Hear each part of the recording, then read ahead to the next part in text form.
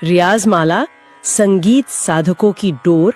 Subscribe करें रियाज माला को तथा कमेंट करें कि आप कौन सी जगह से वीडियो को देख रहे हैं, जिससे आप हमसे जुड़ पाए।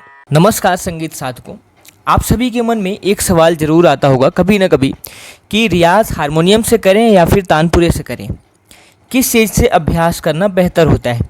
क्योंकि हम जब हारमोनियम से रियाज करते हैं तो हारमोनियम हमें थोड़ा सा अपना सा लगता है, क्योंकि ये हमें उंगलियां पकड़ करके सुरों तक ले जाता है और हम वहाँ पर रियाज करते हैं। उंगलियों के माध्यम से हम उन सुर तक पहुँचते हैं और उन सुर के ऊपर हम अभ्यास करते हैं।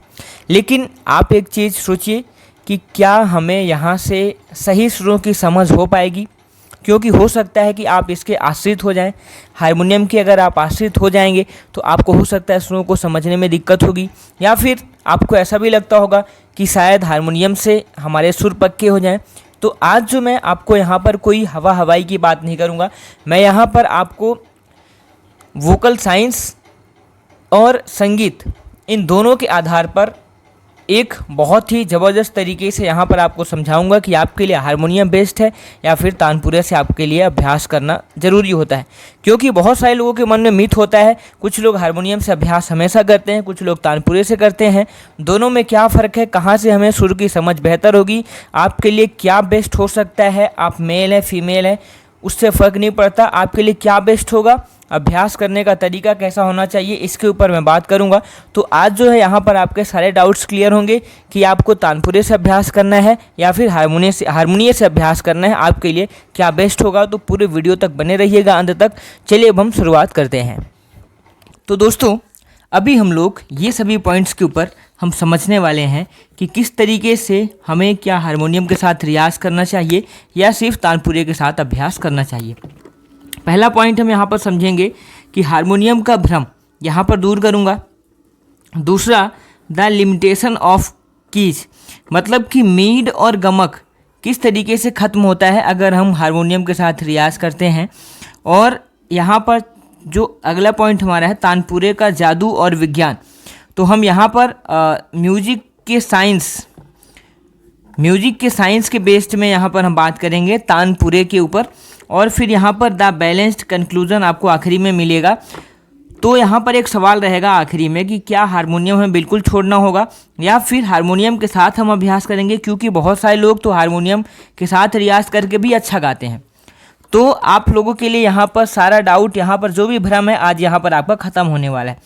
तो सबसे पहले यहाँ पर जो हारमोनियम का भ्रम है इसके ऊपर बात करता हूँ मैं, और समझते हैं कि हारमोनियम आखिरकार इतने आकर्षित क्यों होते हैं।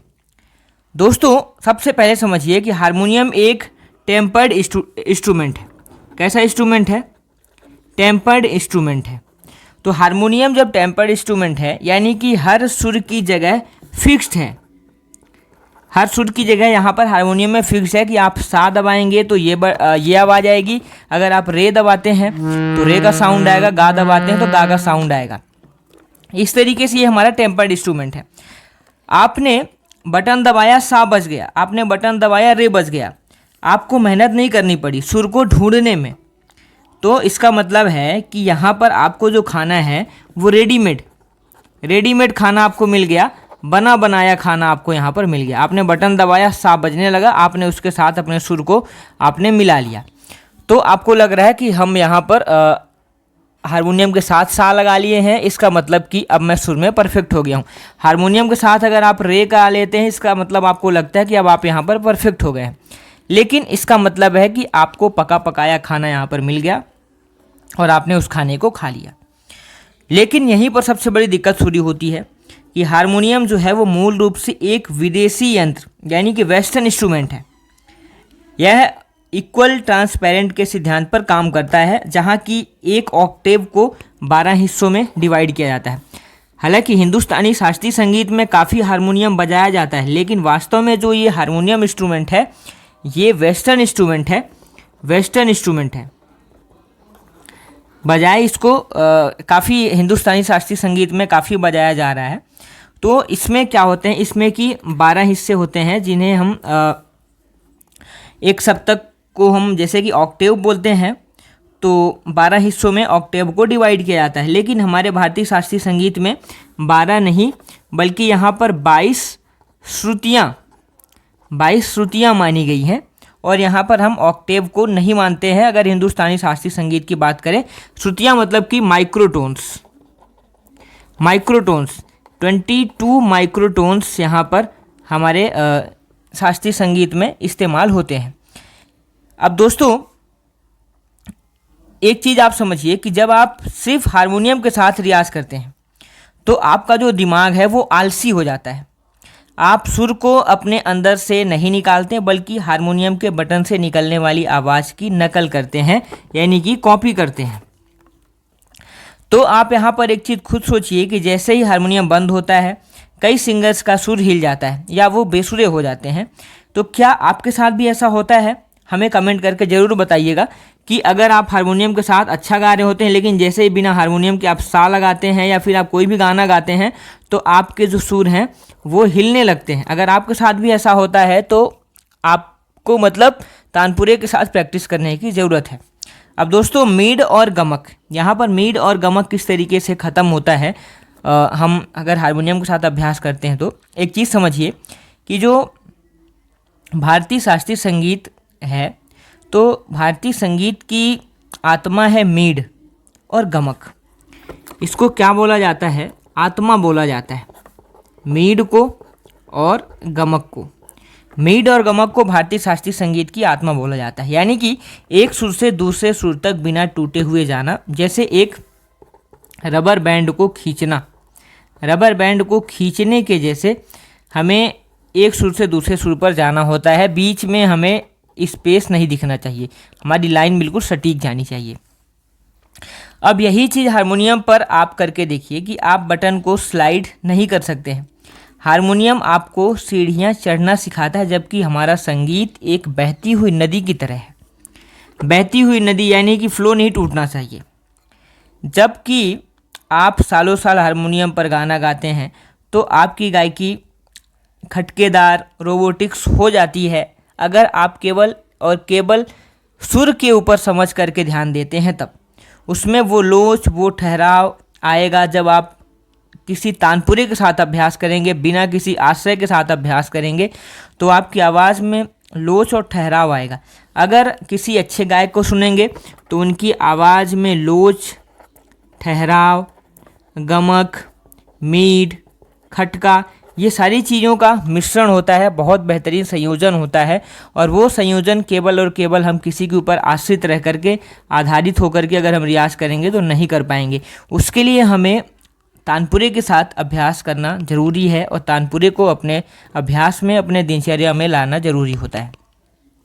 अब तानपुरे का जादू और विज्ञान अगर मैं इसकी बात करूं तो सुनिए, एक आवाज़ में भी आपको सुनाता हूं। जैसे कि आप सुनिए कि यहाँ पर केवल सा बज रहा है हारमोनियम में, यहाँ पर तानपुरा भी मैं आपको नहीं बजा रहा हूँ, केवल सा यहाँ पर हारमोनियम में है। और यहाँ पर दूसरा जो हमने बजाया सा और पा। तो जब आप तानपुरा लेंगे, तानपुरे में केवल ये दो स्वर बजेंगे, सा और पा, और इन्हीं दो स्वर के ऊपर आप तीसरे स्वर को, चौथे स्वर को, जितने भी स्वर होंगे आप उनको ढूंढेंगे और ढूंढ करके आप गाएंगे। तो जो यहाँ से सा और पा बजा, ये सा और पा, ये जो दो स्वर हैं, ये दो स्वर कोई इंस्ट्रूमेंट के स्वर नहीं है, यह एक पूरा यूनिवर्स है, पूरा ब्रह्मांड है। तानपुरे में पर्दे या बटन नहीं होते हैं, आपको कोई सुर वहाँ पर परोस करके नहीं देता है, बल्कि एक माहौल वहाँ पर तैयार किया जाता है और उस माहौल में आप ढलते हैं और धीरे धीरे वो जो कैनवास होता है यानी कि माहौल होता है, उस माहौल से आप सा से रे, गा, मा, पा, धा और नी, इन सभी स्वरों को आप खुद ढूंढते हैं और ढूंढ करके यहाँ पर आप परफेक्ट आप साधक बनते हैं। जब आप तानपुरे के माध्यम से सा से लेकर के नी तक के सुरों को आप ढूंढने में सक्षम बन जाते हैं, वहाँ से आपको सुर की समझ बेहतर होना शुरू होती है। विज्ञान कहता है कि तानपुरे से तारों को ओवरटोन्स या हार्मोनिक्स निकलते हैं। तो तारों से ओवरटोन्स या हार्मोनिक्स तानपुरे के जो तार होते हैं उनसे ओवरटोन्स या हार्मोनिक्स निकलते हैं। जब तानपुरा बजता है तो उनमें से गा धा नी, ये आपको जो स्वर हैं गा धा नी, ये स्वर आपको सूक्ष्म लगते हैं और सूक्ष्म रूप में ये गूंजते रहते हैं। जब आप तानपुरे के साथ सा लगाते हैं तो आपको वो सुर आपके दिमाग और गले यानी कि माइंड और वोकल कॉर्ड्स से पैदा करना पड़ता है। हारमोनियम आपके कान को बताता है कि सुर कैसा है, लेकिन तानपुरा आपके दिमाग को मजबूर करता है कि वो सही सुर आपको महसूस करना है और खुद यहाँ पर सुर को पहचानना है, यानी कि पिच इंडिपेंडेंस आपको ये बनाता है तानपुरा। तो तानपुरे के साथ हमें अभ्यास करना है, क्योंकि तानपुरा हमारे माइंड को, हमारे दिमाग को सिग्नल देता है कि स्वर ढूंढो और अभ्यास करो। जब आप लगातार उस माहौल में रहते हैं, उस कैनवास में जब आप रहते हैं, तो आपका माइंड एक स्ट्रक्चर्ड वे में तैयार होता है और आप उस सुर को ढूंढने के लिए आप सक्षम बनते हैं। अब आपको एक चीज़ यहाँ पर मैं बताना चाहूँगा कि आप तानपुरे में अभ्यास करिएगा पहले, और फिर उसके बाद हारमोनियम में अभ्यास कीजिएगा। आपको यहाँ पर खुद फ़र्क समझ में आएगा, अगर अभी तक आपने अभ्यास किया हारमोनियम में, कि हारमोनियम का मतलब है कि आपको बना बनाया चीज़ परोस देना, तानपुरे का मतलब है कि आपको सुरों को ढूंढना। तो जब आप बना बनाया परोसा हुआ खाएंगे तो जब आपको बनाना पड़ेगा, कभी दिक्कत होगी। अगर मजबूरी में आपको किसी दिन यहाँ पर खुद से बना कर खाना पड़ेगा तो आपको यहाँ पर फिर काम नहीं आएगा, फिर काम आएगा यहाँ पर तानपुरा। इसलिए अगर गले को हमेशा के लिए और परफेक्ट आपको पिच को हमेशा, सुर को आपको हमेशा सुरीला रहना है, किसी के ऊपर आश्रित नहीं रहना है, तो तानपुरे से अभी अभ्यास करना शुरू करें। अब दोस्तों, अब बात आती है कि द बैलेंस्ड कंक्लूजन की, कि मतलब कि फिर हमें क्या हारमोनियम को बिल्कुल छोड़ देना चाहिए? तो ये सवाल बहुत जायज़ है और हमारा इसका जवाब है कि हारमोनियम को तुरंत नहीं छोड़ना चाहिए और बिल्कुल नहीं छोड़ना चाहिए, क्योंकि हारमोनियम एक बहुत ही शानदार यंत्र है, लेकिन इसका सही यूज, सही इस्तेमाल हमें पता होना चाहिए कि हमें किस जगह हारमोनियम को यूज़ करना है। अगर मैं बिगनर के लिए बात करूं, अगर मैं बिगनर्स के लिए बात करूं, तो अगर आप नए हैं तो आपको पता नहीं है कि रे और गा की आवाज़ कैसी होती है, तो उस समय आपको इस्तेमाल करना चाहिए।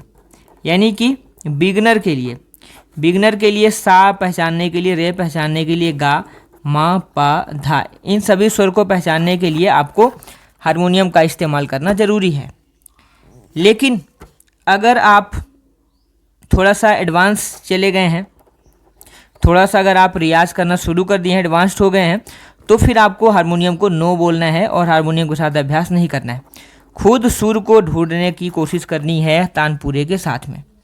बंदिश याद करने के लिए, किसी नई राग को गाने के लिए, मेलोडी को समझने के लिए हारमोनियम काम आता है। बंदिश को याद करना है, मान लीजिए बंदिश को याद करने के लिए आपको थोड़ा सा उसके स्वर समुदाय को समझने के लिए, मेलोडी को समझने के लिए आपको हारमोनियम का आप इस्तेमाल कर सकते हैं। लेकिन जब बात रियाज की, यानी कि वॉइस कल्चर की आए, तो आवाज़ में वजन लाने की ज़रूरत होती है। तो सुर को पक्का करने के लिए आपको तानपुरे का कोई भी जो विकल्प है वो विकल्प फिर नहीं होता है। वहाँ पर आपको केवल तानपुरा ही चाहिए होता है और तानपुरे के साथ ही आपको अभ्यास करना चाहिए।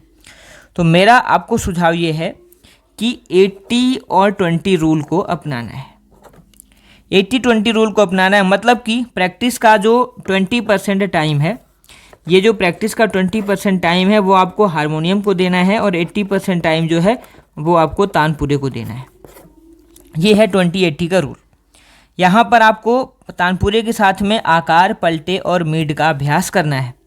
क्या क्या करना है? आकार, पलटे और मीड, इनका आपको अभ्यास करना है तानपुरे के साथ में, आकार, पलटे और मीड का। तो दोस्तों, आज के हमारे इस विषय का निष्कर्ष ये निकलता है कि जो हारमोनियम है वो सुरों का नक्शा है, लेकिन तानपुरा जो है वो सुरों की मंजिल है। ध्यान दीजिएगा, हारमोनियम सुरों का नक्शा है, तानपुरा सुरों की मंजिल है।